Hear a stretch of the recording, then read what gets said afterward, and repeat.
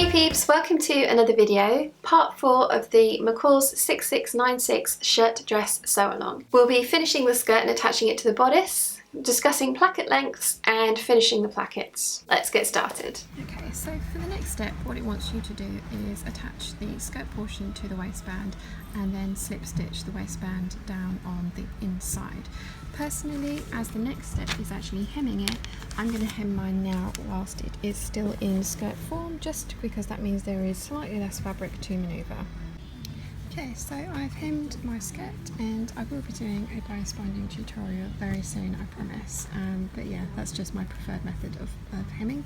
So I've done that, and so now the pattern wants me to attach the skirt to the bodice, and you're going to need to ease it in slightly. You've got to match all your notches and then stitch. So that's what we're going to do now. Okay, so I've pinned the centre back of my waistband to the centre back of the skirt.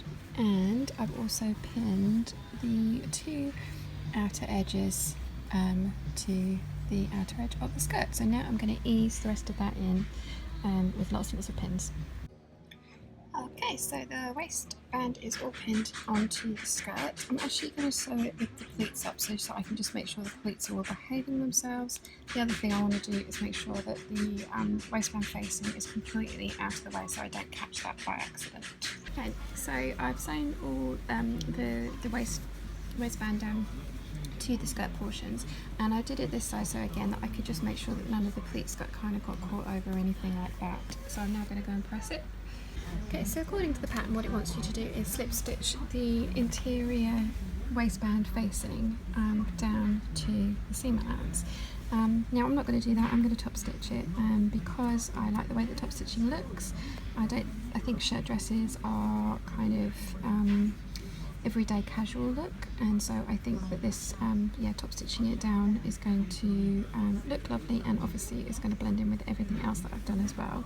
So I've just gone along and I've pinned all along the front to make sure that all of this is caught down, and as I said earlier, I've actually only pressed this up by 1/2 inch rather than 5/8 of an inch, so that because even though I'm going to be top stitching sort of like 1/8 of an inch in, I want to guarantee that I'm going to catch everything, so it kind of just overhangs the seam allowance by about 1/8 of an inch.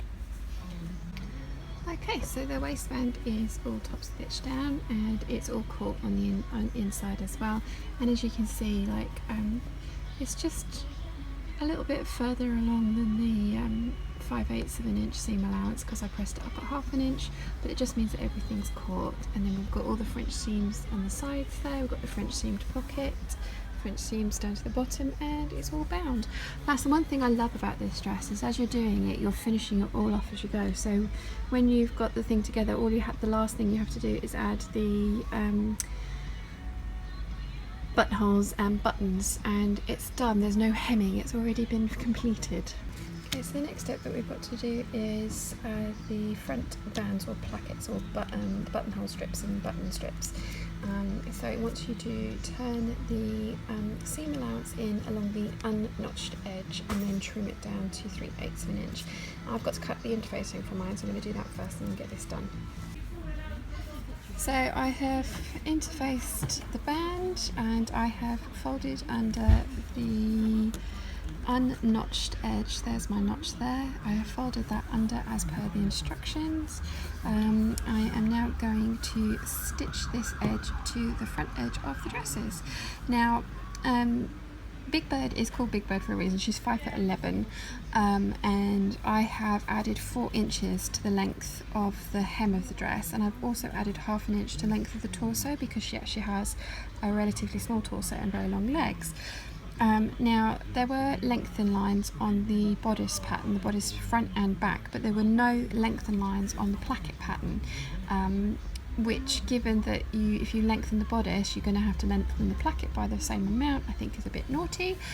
But so yeah, I have added 4 inches to the length of the button placket for the new hemline that I've done, and I've also added an extra inch just so that I have some wiggle room at the bottom for getting the hem in there to fit as well. So fingers crossed that's going to be enough.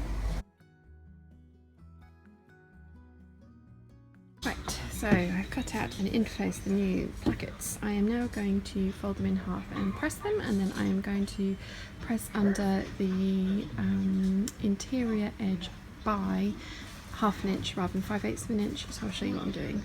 So here are my two placket pieces. As you can see, I have ironed them and pressed them in half. I have then pressed under the inner edge by ½ an inch. So now I'm going to pin those to the dress and sew them down. Okay, so I have my placket pinned down to the front opening of the dress.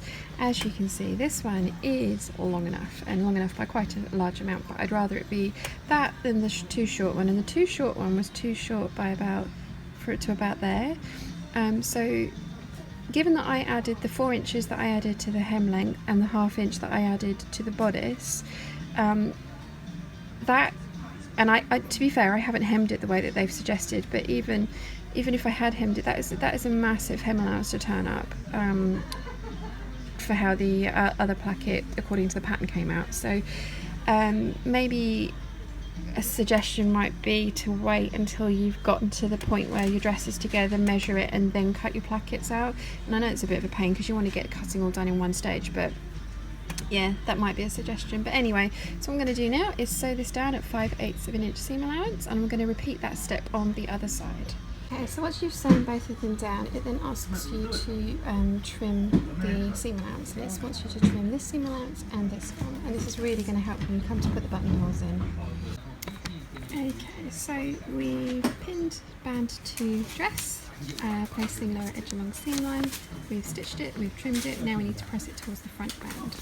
So when you're pressing that seam, you want to make sure that you are pressing it with the seam allowance towards the button placket, because that way everything will get caught when you either slip stitch or top stitch this down.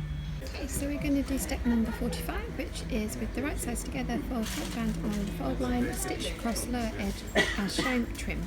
So what that basically means is the bit that we pressed in half is the fold line, so you've got your seam allowance turned under there, you've got the seam allowance that you pressed, oh look, stray overlook a thread, let's not include that. You've got the seam allowance that you pressed under on this side, pinned down as well, and then what you're going to do is you are going to stitch from here to here in a straight line, and that will finish off the end of the placket. So once you've sewn that line, you just want to make sure that you caught the seam allowance down on that side as well. You want to trim that off as much as possible, and then you can turn it off. There you go, there's the placket all finished. Now, according to the pattern, it wants you to slip stitch this down the whole way up, which obviously if you would like to do that, you can. Personally, I am going to top stitch it, in keeping with all the rest of the top stitching that I've done on this dress so far.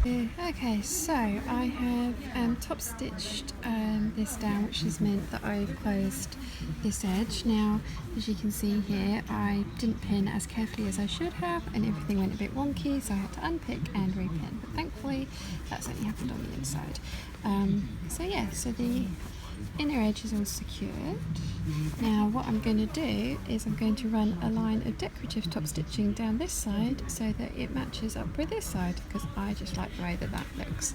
So that'll be the next thing I do, and then I'm going to repeat all of this on the other side. So both of the plackets have now been stitched down on this side, which is actually caught the interior bit, which is the bit that they want you to slip stitch, and then decoratively top stitched on this side because I just like the way it looks, and yeah, I think it balances it out really nicely. So getting there. Next step is the collar stand and collar. I hope you enjoyed that. If you have any questions at all, please let me know in the comments down below. If you've enjoyed this video, please give it a thumbs up.